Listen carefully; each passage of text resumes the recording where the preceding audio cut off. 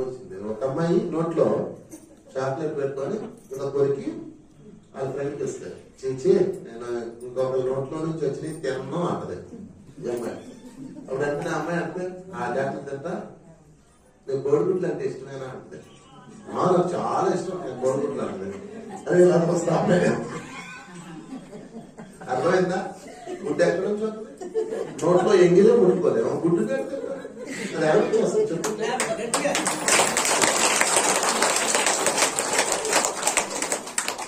అవునా కదా? అసహ్యకరమైనది. ఆహారం అమృతంగా ఉండాలి ఎప్పుడు. కోడి గుడ్డు తినడం వల్ల వచ్చే నష్టాలు ఏమో పక్కన పెడదాం. కోడి గుడ్డులో హింస ఉంది, అది శాకాహారం కాదు, అది హింస ఉంది. హింసను ఏదైనా తినకూడదు. కోడి గుడ్డు పెట్టేటప్పుడు చాలా బాధ అనిపిస్తుంది. తల్లి బాధ ఉంటుంది కదా, ప్రసవ వేదన ఉండదా? కోడికి రోజు ఉంటుంది. అది ఇంకా మానవ భగవంతుడు ఆ కోడికి అంత పెద్ద శాపం ఎందుకు ఇచ్చాడు? రోజు ప్రసవం దానికి మీకు మనకి ఒక సంవత్సరం గ్యాప్ ఉంటుంది మనుషులకి. దానికి గుడ్డుని దగ్గరగా తీసుకోవాలన్న కోరిక ఉంటుంది. దాని పేరు ఏంటంటే కాదు పేరు బంధం. దాని పేరు దానివల్లే సృష్టి నడుస్తుంది. ఆ గుడ్డుని అది అనే దగ్గర తీసుకోవాలని కోడికి ఫీలింగ్ ఉంటుందా ఉండదా? అది పెట్టేటప్పుడు అది వెళ్ళిపోతుంది జాలీగా వచ్చి దొల్లుకుంటా. అది అలా పెడతారు, జాలీ మొక్కలు పెడతారు అనమాట. అది దొల్లుకుంటే వెళ్ళిపోతే లేదా వాళ్ళు వచ్చి లాక్కుపోతారు. బాధ, మానసిక బాధ దానికి. ఇంకోటి గుడ్డులు రోజుకోటి బలంగా పెట్టడానికి రోజు ఇంజక్షన్ చేస్తారు. కోళ్ళకి బాడీ అంతా తూట్లే, మొత్తం శరీరం అంతా తూట్లే. చూసారా గుడ్డు ఎంత నరకం నుంచి వస్తుందో? ఈసారి అది గుర్తు తెచ్చుకుని నీకు తినాలనిపించడం. ఇంకొకటి కోడికి ఆహారం రాత్రి లేదు, ఆహారం తినవు ఏ జంతువు. అందుకని రాత్రి పగల తెలియకుండా ఏం చేస్తారంటే ఇంత లైట్లు పెడతారు. చూసారు మీరు కోళ్ళ ఫారంలో పెద్ద పెద్ద లైట్లు ఉంటాయి. ఎందుకు పెడతారు అనుకున్నారు? అది పగలు అని తెలియడానికి. రాత్రి అయినా అది పగల భ్రమింపు చేస్తారు. దాంతో ఆ కోడి ఆహారం విపరీతంగా తినేస్తుంటది, లావ్ అయిపోతుంది. లావ్ అయిపోయి దాని బరువుకి కాళ్ళు ఇరిగిపోతాయి. కాళ్ళ మీద నిలబడి మీరు ఏ కోడినైనా చూడండి ఇలా ఇలా ఉంటుంది. బ్రాయిలర్ కోళ్ళు, బయట తిరిగే కోళ్ళు కాదు, బ్రాయిలర్ కోళ్ళు ఇలా నేల మీద కొనబడి ఉంటాయి. ఎందుకంటే అది కాళ్ళు ఇరిగిపోయి ఉంటాయి. నరకాన్ని అత్యంత భయంకరంగా భూమి మీద అనుభవిస్తున్న ప్రాణి పక్షి జాతిలో కోడేది మానవుల వల్ల. అది కూడా అందుకని కోడిగుడ్డు భయంకరమైన హింస నుంచి, విషం నుంచి వస్తుంది. దాన్ని ఫోటో తీస్తే కిల్లియన్ ఫోటోగ్రఫీ అని ఒకటి ఉంది. దాన్ని ఫోటో తీస్తే నల్లగా పడింది, నెగిటివ్ ఎనర్జీ. ద్రాక్ష పండు ఫోటో తీస్తే అద్భుతమైన కాంతి పడింది. అందుకని కోడిగుడ్డు అనేది హింసాకుడు కాబట్టి డోంట్ ఈట్. కోడిగుడ్లు అమ్ముకునే వాళ్ళకి బలం రావాలి కాబట్టి దాని మీద గాంధీ గారి బొమ్మేసి కోడిగుడ్డు శాఖాహారము అని ప్రచారం చేశారు కోడిగుడ్లు కంపెనీలో. అది పెద్ద మోసం. అది మీ ఇంట్లో గుడ్డు కింద పాలు పట్టండి, గప్పు గప్పు పడుతుంది. అదే కిందలే వాసన వస్తుంది. అందుకని మీరే డిసైడ్ చేసుకోండి. సరే, ఇతను చాలా చక్కగా నిజాయితీగా చెప్పాడు. చాలా మంది ఈ ఫీలింగ్ ఉంటుంది, మాంసం తిన్న శరీరాలు కదా, ఎక్కడన్నా మొక్క ఉడుకుతుంటే మీకు తెలియకుండా మనకు ధ్యానం కదా చిచ్చి అంటారు. లోపల మాత్రం దాన్ని ఏమంటారంటే తెలుగులో అతను జిహ్వ చేపలు లోపల దాన్ని పోగొట్టుకోకపోతే మన నెక్స్ట్ జన్మలో మాంసాహారులకు రావాలి. అందుకని ఎవరు బలవంతంగా శాఖాహారులు మారకూడదు, జ్ఞానంతో మారాలి. ఎప్పుడన్నా మాంసం తినాలనిపించినా, కోడిగుడ్డు తినాలనిపించినా ఓకే మీరేం చేయాలంటే ఒక్కసారి కళ్ళు మూసుకొని దాన్ని బాధ గుర్తు తెచ్చుకోండి. బాధ ఆ జంతువు ఇలా నరికినప్పుడు అది పడే బాధ, ఆ గుడ్డు వచ్చినప్పుడు దాన్ని పడే నరకం గుర్తు తెచ్చుకోండి. తినలేదు. అది జ్ఞానంతో వచ్చింది. అలా కాకుండా ఎవరో చెప్పారు, గురువు గారు చెప్పారు మాంసం తినడం మానేద్దాం అని మీరు మానేయాలనుకోండి, తప్పు ఉండిపోద్ది. అందుకే కొంతమంది శాఖాహారులకి లేకపోతే ధ్యాన ప్రచారం చేసే వాళ్ళకి మాంసం తిన్నట్టు కళ్ళు వస్తాయి. చేతులు ఎత్తండి అలా వచ్చినాడు, మాంసం తింటున్నట్టు కళ్ళు వచ్చినాడు. పర్లేదు ఎత్తండి.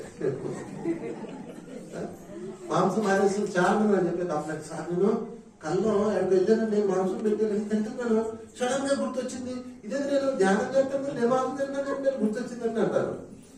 అంటే లోపల మారలేదు, బయట మారారు. అంతర్గుణము బాహ్యగుణము రెండు పదాలు చెప్తారు. చెప్పండి, అంతర్గుణము బాహ్యగుణము. అంతర్గుణం నేను చెప్పుకోలేదు, చెప్పండి. అంతర్గుణము బహిర్గుణం. అంతర్గుణం అంటే ఏంటి? లోపల ఉండేది. బహిర్గుణం అంటే ఏంటి? మనం బహిర్గుణాలు మారిపోయాం కదా, అంత చక్కగా ఉన్నాం. మంచోళ్ళ కాదా మీరు? ఏం చేస్తారా? బాట్లో లేపుతున్నారా? లేదు కదా. No bad habits. చుట్లా ఉన్నాయి శ్రీకాకుళంలో ఉన్నాను, ఎక్కువ పెద్దవాళ్ళు పరిచయం అనమాట. వాళ్ళు వచ్చి మా బాబు అని ముద్దులు పెడతారు ధ్యానమా చక్రాలు కనపడ్డప్పుడు. అంటే చాలా ఇష్టం అన్న. నా ఫ్యాన్స్ అంతా 60+, 70+ వాళ్ళే, 70 సంవత్సరాల వయసు. ముద్దులు పెడతారు, చుక్కు చుక్కు ముద్దులు పెడతారు. బాగుంటుంది కానీ వాసన అవుతుంది, సుట్వాసన అవుతుంది. సుట్వాసన అవుతుంది అంటే ఎక్కడ ఉంటుంది? షోలో ఉంటుంది. వాళ్ళని చూస్తుంటారు అనమాట. అయితే బట్ అది బహిర్గుణాలు అని మారిపోయింది కదా. చుట్టూ ఎవరైనా అది మానేసాం. చెడ్డ పనులు మానేసాం, దొంగతనాలు మానేసాం, చాలా మానేసాం. ధ్యానంలోకి వచ్చాక బహిర్గుణాలు మారిపోయింది. మారిపోయినా లేదా? అంతర్గుణం కూడా మారాలి. అందుకే అన్నమయ్య పాట ఉంటుంది, భావములోన బాహ్యములోన గోవింద గోవింద అని తలవమో మనసా అంటాడు. భావం అంటే అంతర్గుణం, బాహ్యం అంటే బహిర్గుణం. రెండిట్లోనూ గోవింద అన్న తత్వంలో ఉండాలి. రెండిట్లోనూ నువ్వు ఉన్నతంగా ఉండాలని దాని అర్థం. అందుకని అంతర్గుణము బహిర్గుణం అని రెండు ఉంటాయి. మీరు అంతర్గుణాన్ని కూడా మార్చుకోవాలి. దాన్ని ఎవరు చెప్తారు? ఎవరు చెప్పడం. నీకు నువ్వే పట్టుకోవాలి. నేనేంటి ఇలా ఆలోచిస్తున్నాను, నేనేంటి ఇలా తినాలనుకుంటున్నాను, నేనేంటి వాళ్ళ గురించి ఇలా చెడ్డగా భావిస్తున్నాను, నేనెందుకు ఇలా ఉన్నాను అని నీకు నువ్వే పట్టుకోవాలి. వేరే దారి లేదు. బహిర్గుణానికి అయితే గురువు కాపలా ఉంటాడు, గురువు సరి చేస్తాడు. అంతర్గుణాన్ని ఏ గురువు సరి చేస్తాడు? ఒకే ఒక గురువు సరి చేస్తాడు. ఎవరా గురువు? నువ్వే. అందుకే ఉద్ధరేదాత్మ ఆత్మానం. ఎవరిని వారే, ఎవరి ఆత్మను వారే ఉద్ధరించుకోవాలి. ఉద్ధరేదాత్మ ఆత్మానం. అవునా కదా. రమణ మహర్షి అన్నాడు, నిన్ను నువ్వు తెలుసుకో అన్నాడు. అన్నానా లేదా? నిన్ను నువ్వు తెలుసుకో అంటే ఏం అర్థం? నన్ను నేను తెలుసుకోవాలి. నేను ఎవరిని? ఆత్మని. తెలిసిపోయింది. అది కాదు, నువ్వు ఏ స్థితిలో ఉన్నావో తెలుసుకోవాలి. నిన్ను నువ్వు తెలుసుకో అంటే అర్థం ఏంటంటే, నేను ఏ స్థితిలో ఉన్నాను, అంతర్గుణాల్లో ఎలా ఉన్నాను అని మీరు పట్టుకోవాలి. అప్పుడు మీ లోపల ఉన్న అన్ని మీకు తెలిసిపోతాయి. ఓహో నేను ఎలా ఉన్నానా, ఓకే మార్చుకుందాం, అరే వంశీ అలా ఉండదురా అని నాకు నేను చెప్పుకోవాలి. ఇదంతా ఎవరికి చెప్పక్కర్లా. మీ గురించి మీకు తెలిసిపోతే చాలు. మీ గురించి మీరు మార్చేసుకోవచ్చు. మీ గురించి మీకే తెలియలేదు అనుకోండి, ఎప్పటికి మార్చుకోలేరు. కానీ మనం మాయలో పడిపోతాం. నేను బ్రహ్మాండంగా ఉన్నాను, నేను దేవుణ్ణి, నేను ధ్యానం చేస్తున్నాను, నేను సృష్టికర్తనే, నేను డామ్ డూమ్ డూసుకుంటుంటాం. బయట పోతే నా లోపల సంగతి ఏంటి? పట్టుకోవాలి. ఎందుకు నాలో అసూయ కలుగుతుంది, ఎందుకు నాలో ఇటువంటి పాపం వస్తుంది, మీరే పట్టుకోవాలి. ఓకే.